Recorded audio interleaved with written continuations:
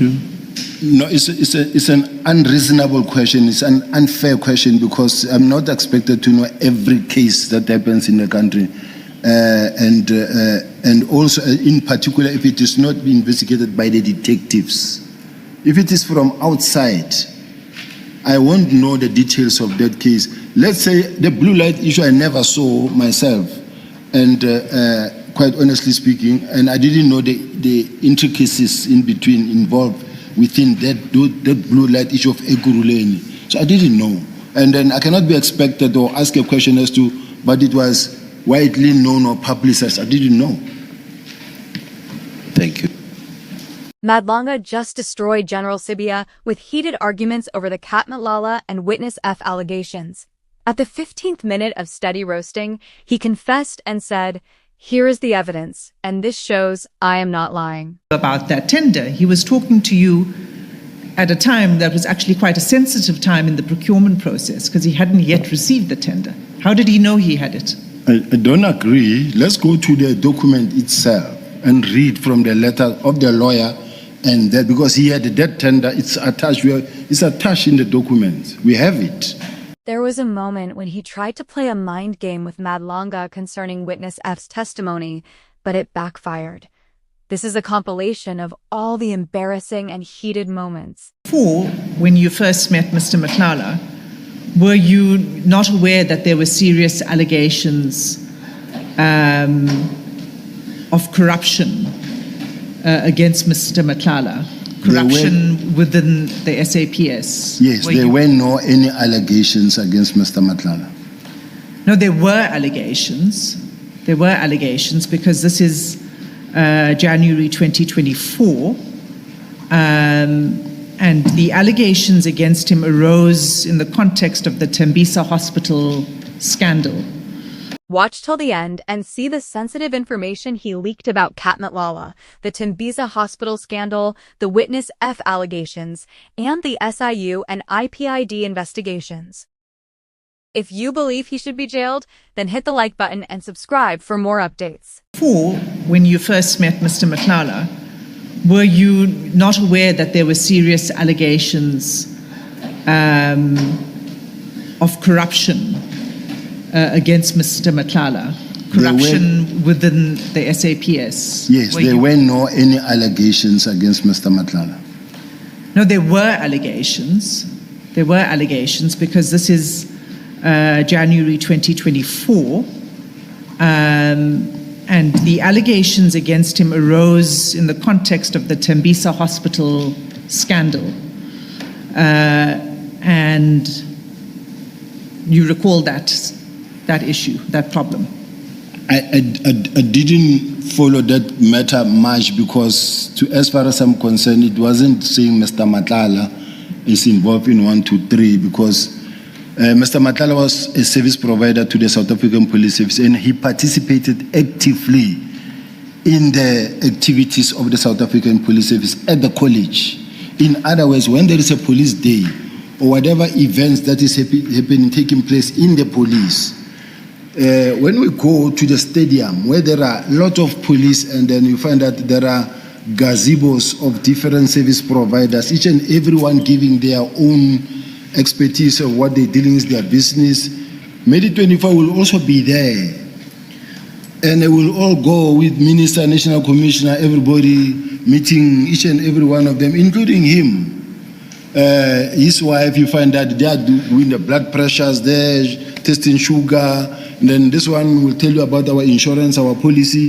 This one. Let me pause you. I'm just showing how they were all participating there. Let me pause you. I accept that he was a service provider within the SAPS and that he remained a service provider for some time.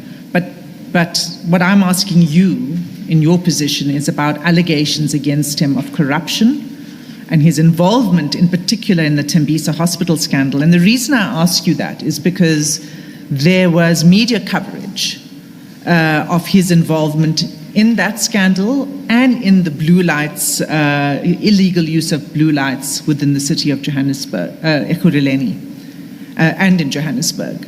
So that was as early as February 2023, that media coverage. And I link it to the scandal the Tembisa Hospital scandal for this reason. Because it wasn't a minor story in the news. It was attracting a lot of public attention, that scandal, because of the assassination of a whistleblower, Babita Deokaran. And it was, which was in 2021. Do you recall that? No, I don't. I only know about the murder of Ms. Deokaran, and I remember I was not in the police at that time. I was in the city of Joburg. Now, I accept that, but you didn't have to be in the police to hear about it, because it was streaming news at the time, and it was, in fact, so significant that President Ramaphosa himself commented in August 2021 about that incident, and specifically, spoke to it publicly, saying that we must not allow the perpetrators to go unpunished in that case. So it was a massive story. It wasn't a small issue. If you remember very well, people were arrested. Those that were said to be involved, they were arrested. Yes, that's correct. The hitmen were arrested. And what the president was talking about was who ordered the hits. And what the media coverage was about was what was the motive behind it. So there was still an investigation, as it continues today, by the way, including by the SIU and the Hawks. You would know, I'm sure. I don't know. So you're not aware of the scandal, the Tembisa Hospital scandal, and the many, many media reports that implicated Mr. Matlala? No. About that tender. He was talking to you at a time that was actually quite a sensitive time in the procurement process, because he hadn't yet received the tender. How did he know he had it? I don't agree. Let's go to the document itself and read from the letter of the lawyer, and that, because he had that tender, it's attached. It's attached in the document. We have it. That's why I'm trying to establish with you which tender. Was it something else that he had? Well, I'm asking, Chair, let's go to the document because we have it. Sure. Can you take us there?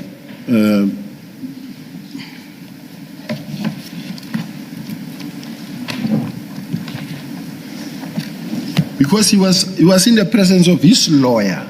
So there's no way that he couldn't have had it. He had it already. It is there. That's fine. You could take us to the document and we can... General Sibiya, in paragraph 163 of your statement on page 53, you say, during or about January 2024, when I was acting National Commissioner, Matlala set up an appointment to visit me at my office with his attorneys. And then you say on his visit, he was indeed accompanied by the attorney.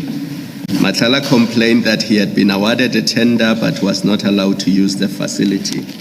But the problem is in this section of your affidavit, you don't refer to any annexure.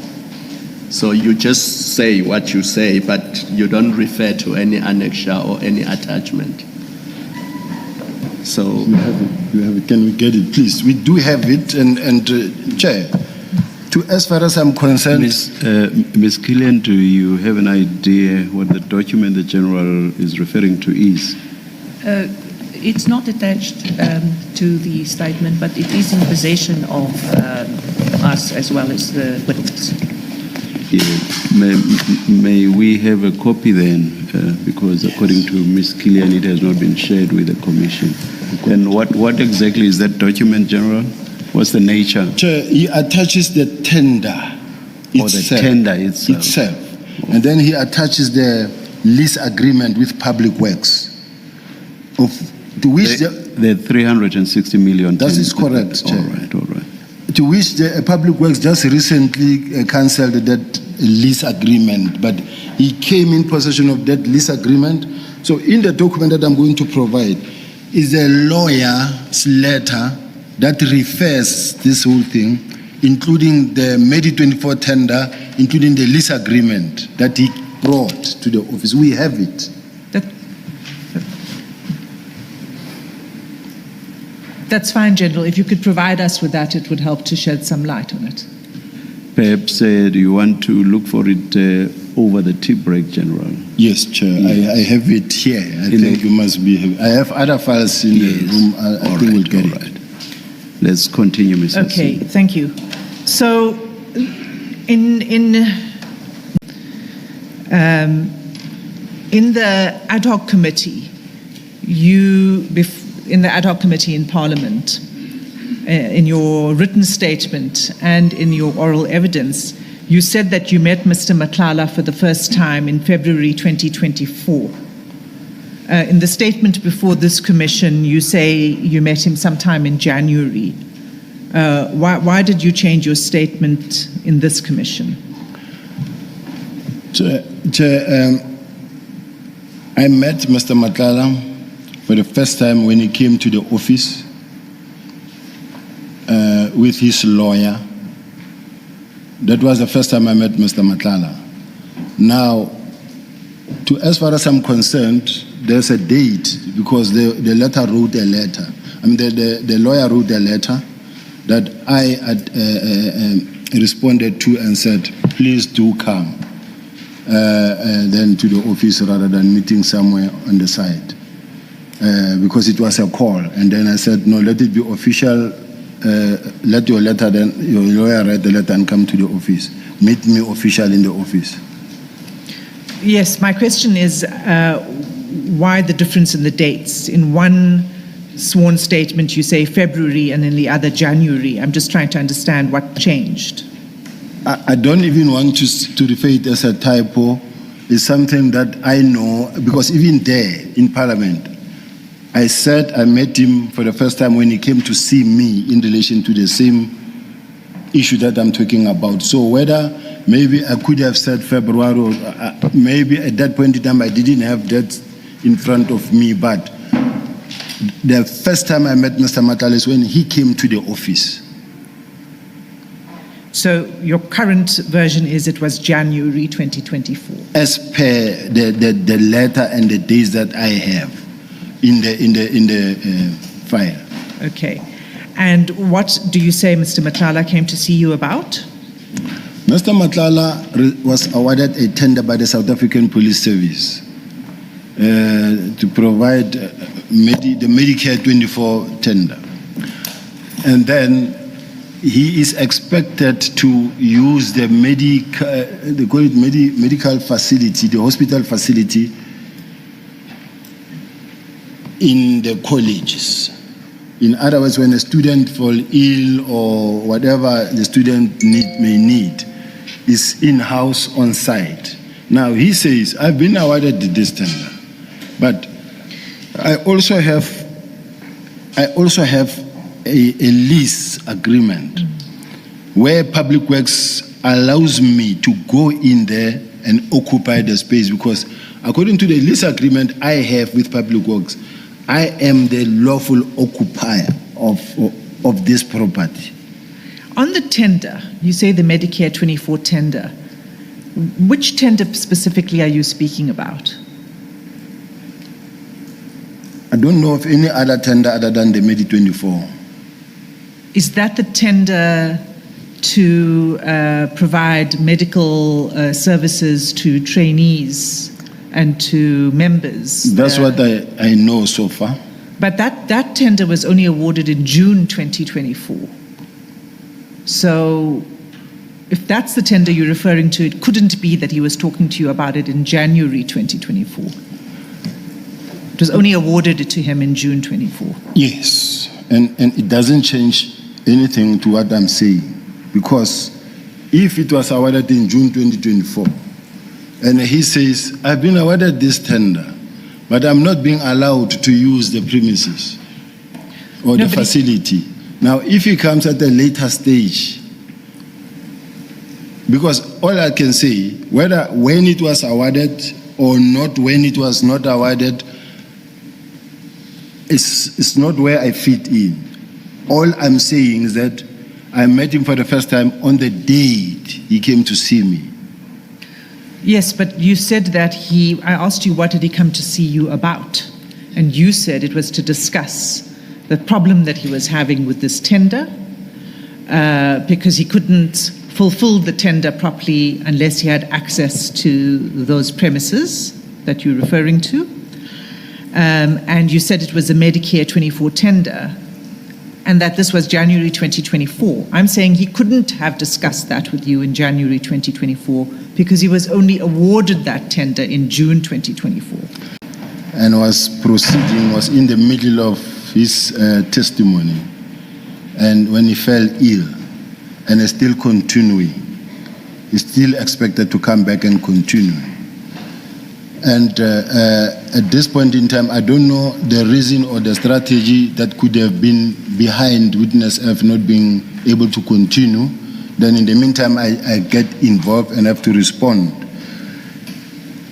I want to ask, can't it be that witness F must complete his testimony, and having completed his testimony, then I come respond to witness F's testimony.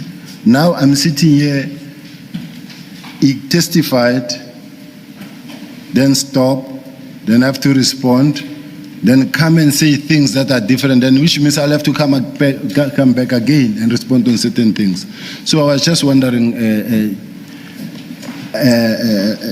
Chair, if it is possible to ask for that, but if not, with what he has said, I will respond. But from me, where I'm sitting, I was saying, in all fairness, we were supposed to have a witness testifying, complete his testimony, then respond. Then I can respond everything in total. Thank you, General. What you say makes perfect sense, and under normal circumstances, that would have been our preference as well. But right now we have no extension, and the Commission is supposed to finalize its investigation by the 17th of March. So we have reached a stage where we have serious scheduling issues. For example, some witnesses taking ill, other witnesses requesting postponements, which we have granted. So we are running into serious scheduling problems. So for that reason, we have opted that we proceed with your testimony. To the extent that issues may arise around witness F testifying or finalizing his testimony after you, we will do everything possible to make sure that you will not be prejudiced. We will decide on how to address that after his testimony, but we will do everything possible to make sure that you are not prejudiced. If we postpone now, it means we lose today and tomorrow, for example, because nothing else is scheduled. Chair, I wouldn't want any postponement because I also want to see this matter behind my back, because Yes. I haven't been sleeping for months because of many platforms I'm involved in. Now, the only question is that, suppose I say now here that I turned left. Witness F come tomorrow and say, no, he turned right. Yes. And I put the following reasons, for reasons unknown to me, to the witness F himself. I don't know who's working with, who's dealing with, but witness F says, no, this is what happened, 1, 2, 3. Everything in the negative towards what I have already testified on. The evidence there says to me, can I ask you to sign? Then I'm going to sign and commit to this version.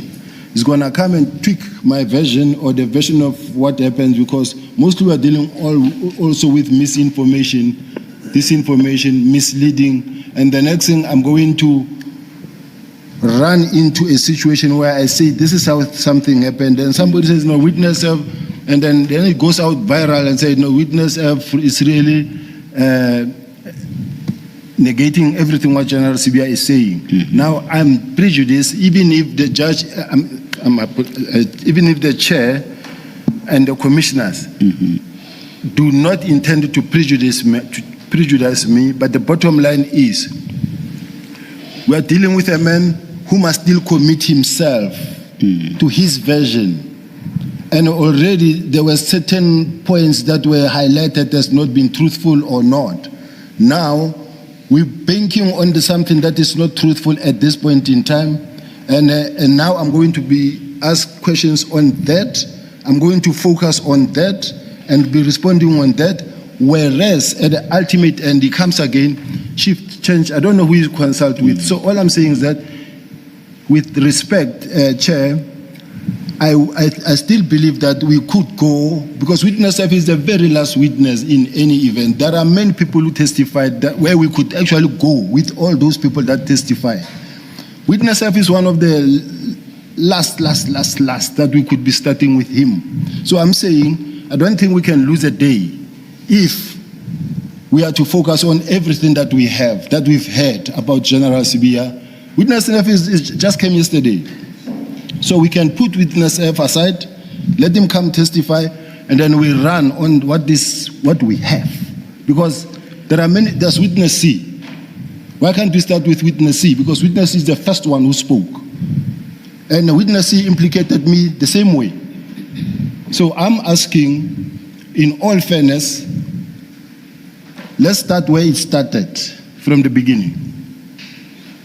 The details of the investigations of the SIU or anyone else. It's a very simple point. It's that the whole country knew the name Mr. Matlala and that he was linked, one, to the illegal use of blue lights, and this was known from at least 2023, February 2023, because it was in the media. And the second thing that was known was that he was linked, implicated in the Tembisa Hospital scandal. So there were allegations, he was under investigation. And what I'm probing with you is, how is it that you, as the top detective in the country, were not aware that he was implicated? I think let's start here. How is it that the South African Police Service got to give him a tender, award him a tender of that amount of money? I accept that. Let me stop you, because... Ms. Hazim, maybe unduly curtailing your questioning, but we do not seem to be making headway. Do you let us decide what we want to do about this issue, and don't you want to move on, perhaps? I'll take that, Chair. Yes. No, it's an unreasonable question. It's an unfair question, because I'm not expected to know every case that happens in the country. And also, in particular, if it is not being investigated by the detectives.